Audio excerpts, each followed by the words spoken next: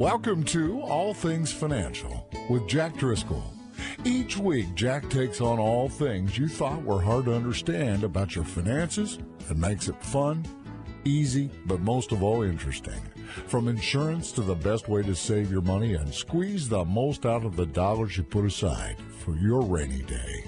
And now, you have a friend in the money business. Here's your host, Jack Driscoll. Welcome back again, everyone, to another edition of All Things Financial. What I want to go over today are these new proposed regulations from the Department of Labor on advisors and advising on retirement plans. I just want to make you aware, everyone listening and everyone watching, that there are new regulations proposed, passed already last year, and intended to be implemented this coming April 10th, 2017. That's only a month away.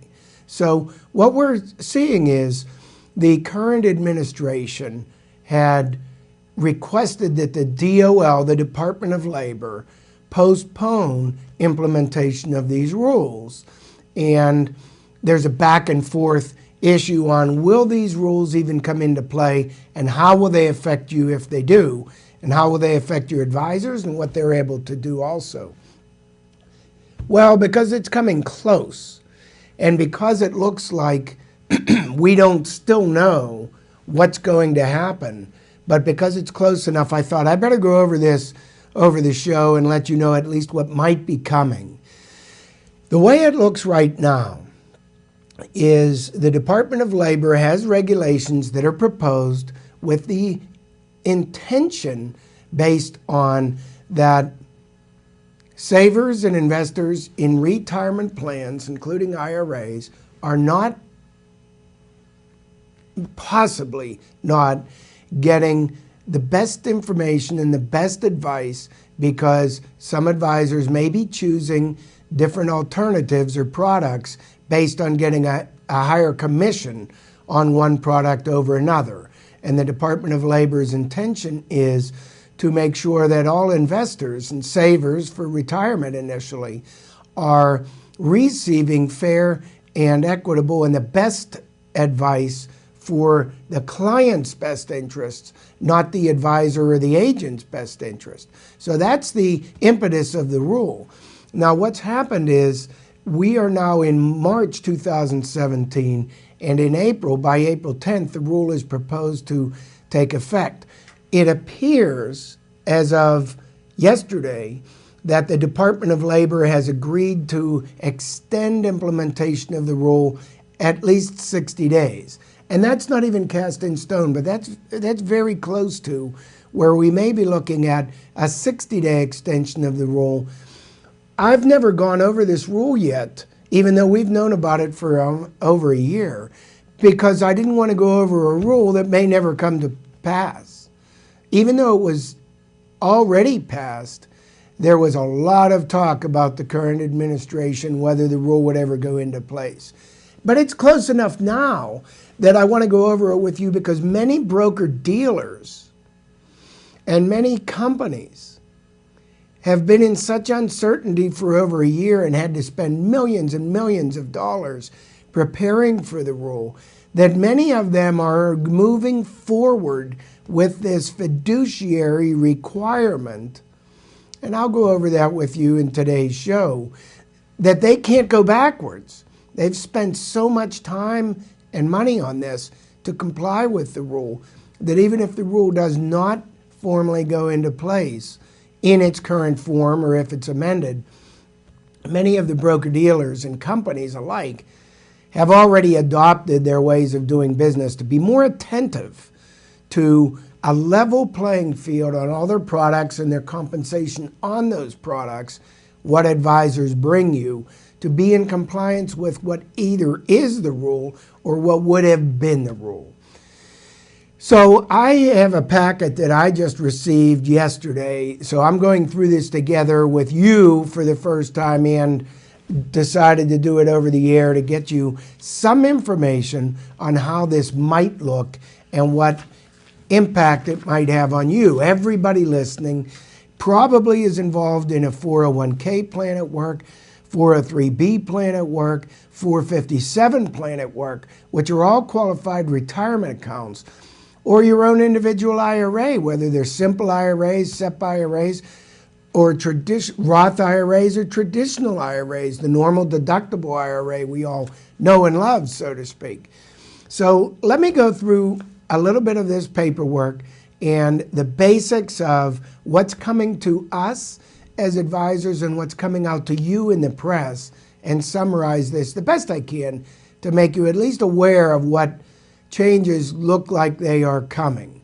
Now, every firm will be adapting differently, and every firm has a different proposal. So some firms have said the Department of Labor does not like commissionable products and are prohibiting any commissionable products.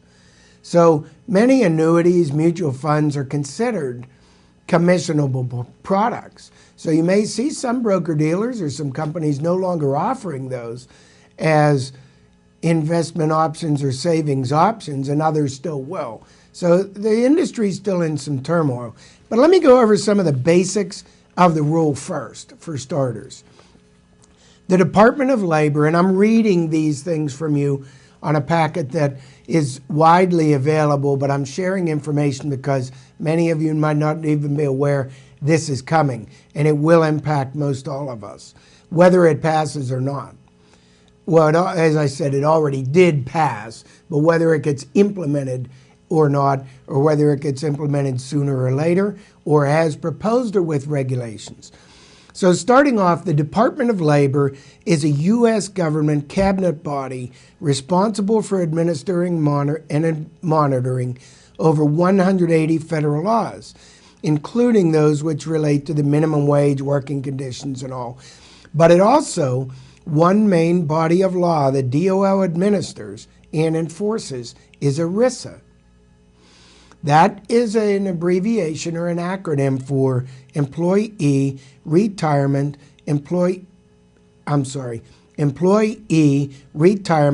Income Security Act, ERISA. ERISA has been around for a long time, but ERISA is the governing body and the legislation that regulates IRAs and 401ks, for example. So we've all had to comply with ERISA. But ERISA regulates employers who offer pension and other retirement plans or welfare benefit plans for their employees, as well as their service providers. Title I of ERISA, this goes on to say, is administered by the Employee Benefit Security Administration, the EBSA, the DOL agency responsible for overseeing a wide range of fiduciary, and remember that word because that's the one you're going to hear. You can Google a lot of this information. Your keywords would be DOL and or fiduciary, by the way. And it says disclosure reporting requirements for pension and welfare benefit plans. But don't forget, this is IRAs also, not just employer-sponsored plans that is affected under this DOL regulation. Now, the objective of the new rule, and again, it was passed last year, I think it was June of 2016, intended to be implemented April 10th, 2017. But the objective of the new rule is intended to create an environment where investment advice for a client's retirement account is always provided in the best interest of the client, as well it should be, with or without rules. The clients affected by the new rule, here's where you need to listen and pay attention. Does this affect me? You would be saying. Clients include IRA owners, sole proprietors with Keogh or solo plans, as well as plan sponsors, and all participants in ERISA retirement plans. Now, come on, that's got to be almost everybody. So you need to listen. That's why I brought it out on the show. It's time this is brought to your attention. If your advisors haven't brought this to your attention yet, it's because we didn't know whether it was coming or not. But now the brokerage industry and the companies have adapted and adopted new models that whether the rule is implemented in its current form or not, we're all going to see changes now under this new, what we would call, fiduciary environment. So how does the rule affect you? First, we have to see who's a fiduciary, because if you're dealing with any, what quote unquote, financial advisor that is not deemed as a fiduciary, you need to know that. So you know, is my financial advisor,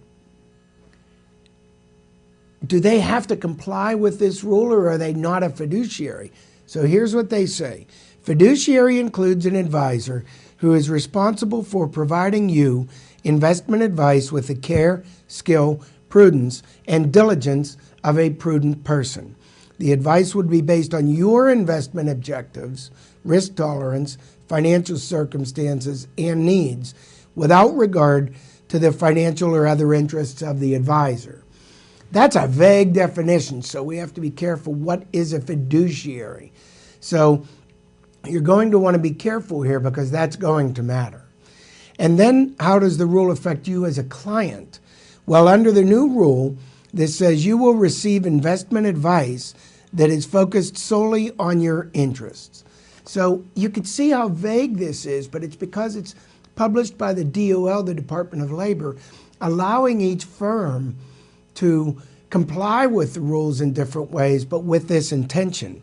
What you will need to do as a client is this goes on to say, your financial advisor will provide updates to you, which actually is what I'm trying to help you with now, whether your financial advisor, whoever you're dealing with now, is doing that or not, because the implementation date is coming soon, April 10th, 2017.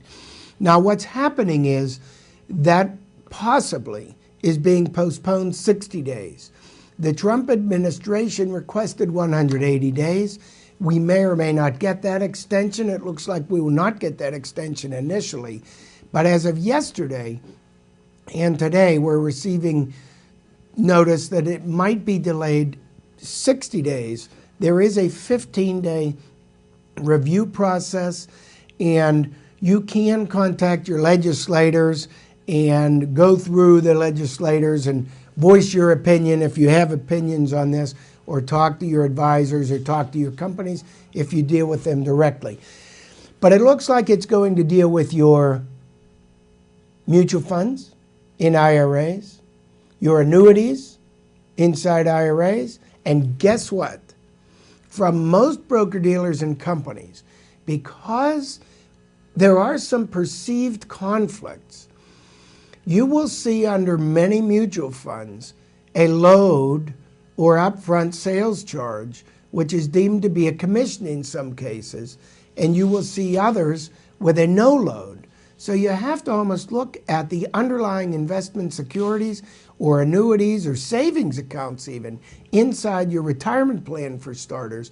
But it goes beyond that, because many broker-dealers and companies have identified, wait a minute, how can we have someone in one mutual fund company in their IRA plans and in their non-IRA accounts and charge them a commission that's higher in their non-IRA accounts for the very same fund that's in their IRA accounts that they had to reduce the commissions on? So you're going to see changes possibly in your non-IRA accounts along with your IRA accounts. So it's going to change just about everybody and every type of saver investor, it appears like. Now, I'm going to flip through some of these updates that I've received yesterday and try to touch on some of these as we go through this. The first thing I want to point out is most of the DOL's problems and issues have come with the perception that commission-based products lead to advisors potentially giving you advice based on the advisor's best financial interests, not the investor's best financial interest, because they're compensated higher in certain products over other products. So the DOL's attention first came on commission-based products, trying to exclude them from being able to be offered to the public. So that was where it all started. The Department of Labor wanted, it appears, only advisory-based or investment advisory-based or fee-based alternatives offered under, and it started with just retirement plans. So that's based on ongoing advice that you might be charged an ongoing fee and no more of these upfront commissions or one-time commission-based products, which we'll see a lot of times. That's mutual funds, that's annuities. We see it in a lot of the product alternatives. So it would have eliminated potentially a lot of the types of products that were available to consumers if the advisor was deemed to be a fiduciary. So we're still seeing that, and that's why I said it's going to affect most everybody listening to the radio and watching on TV to this show. It's going to affect almost everyone. So some mutual funds are coming out with, let's talk about mutual funds first. Some mutual funds are coming out with a template that appears to maybe be a consistent template, and many of them are referring to them as T-shares. They may or may not roll out. Again, this is preemptive on this radio show and TV show to help alert everyone on what might and looks like might actually be coming that's going to affect your accounts. Now, if this comes, and you could talk to us, you could talk to anybody really, and find out what's going on here. You could talk to your financial institutions, but hey, what's going on and how will this affect our accounts? It's right around the corner. Whether it's implemented or not, your first question has to be, as a financial institution where I have my accounts, are you implementing new guidelines? Whether this rule goes through or not, that I need to know about, you should ask. I think the answer you're going to get is, well, yes. And then you're going to say, well, when were you going to tell us about it? Well, it's getting close now that you're going to start receiving notices and letters, because now the industry knows we have to start dealing with this. Prior to now, most investment firms knew to prepare for it, but don't roll it out because the rule might not pass. So we don't roll out something that we then retract, they would say. But it now looks like changes are coming. So these T-shares, these potential T-shares, have a levelized playing field on the amount of compensation that the advisor would receive for you going into a mutual fund, let's say, and the amount of load or commission you would be charged would be a flat fee. There might be a potential disadvantage to you as a mutual fund holder, because right now many of you might enjoy the benefit or the advantage where once you're into a mutual fund family, they have numerous mutual funds available, and you've already paid the load when you entered the assets or the income or whatever contributions you made into the mutual fund accounts on an ongoing basis or a one-time or however the money got there. It was already charged the load, and you could move around within that fund company without ever incurring another load. Well, now one inadvertent side advantage or disadvantage or whatever to this level playing field appears to be that the interpretation of the DOL rule is everybody that moves into a mutual fund, whether they're already with a mutual fund company or not, has to incur this T-share cost, which really means you might be paying a load even within the same mutual fund family to move from fund to fund. Now, we've always had the problem, if we're not in a retirement plan, of being very careful moving fund to fund for tax reasons, because it may incur a capital gain, unintended capital gain, where we're just moving from one fund to another fund within the same family. That does not pose a problem inside a retirement account, but it does in a non-qualified account. But we've never had to worry about loads or fees.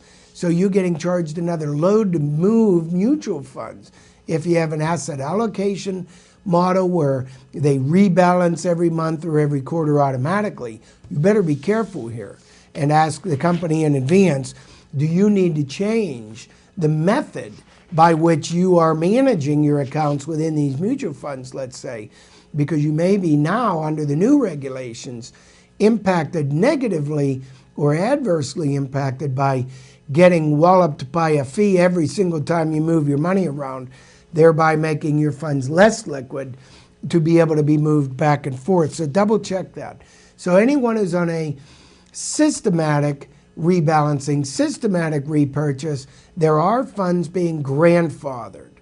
So anything that you now have in there, supposedly, nothing is cast in stone yet because these rules can be amended, but the way they're proposed right now, any existing funds that you have right now might be grandfathered where you can continue the systematic, now that means in writing, contractually, automatically happening.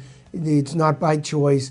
You're automatically adding an extra $100 a month out of your checking account, automatically being deposited, or systematic repurchase, dividend reinvestments, supposedly grandfathered from this.